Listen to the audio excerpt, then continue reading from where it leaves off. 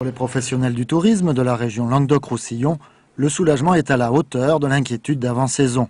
Les chiffres présentés ce jeudi par le comité régional du tourisme montrent en effet que l'excellent mois d'août en termes de fréquentation laisse présager un bon cru touristique pour l'année 2009.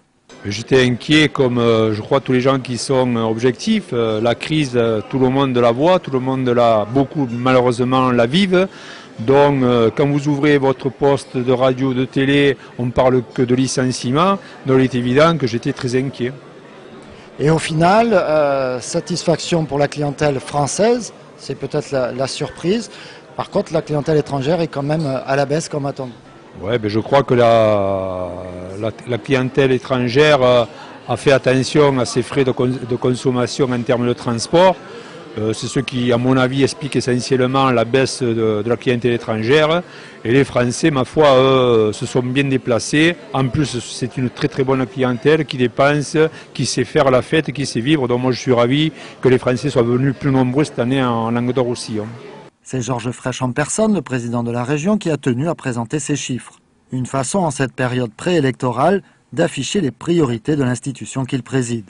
Nous allons multiplier par 5 ou 6 les efforts en matière du tourisme. C'est-à-dire que le tourisme va devenir de plus en plus important dans l'action de la région, parce que c'est un des secteurs qui peut créer le plus d'emplois. L'année 2009 sauvée, il reste à consolider cette performance sur les années suivantes. Faire un juillet ou un mois d'août comme cette année, ça nous intéresse. Mais ce qu'on voudrait, en tous les cas, moi c'est mon objectif personnel, c'est faire un tourisme à l'année pour que nos jeunes, quand ils sortent des écoles du tourisme, puissent trouver un travail chez nous à l'année et bien rémunéré. Le président de la région a annoncé la nomination prochaine d'un Monsieur Tourisme chargé de prospecter de nouveaux investisseurs, notamment pour l'implantation de projets 3 et 4 étoiles, une offre haut de gamme encore trop peu présente en Languedoc-Roussillon.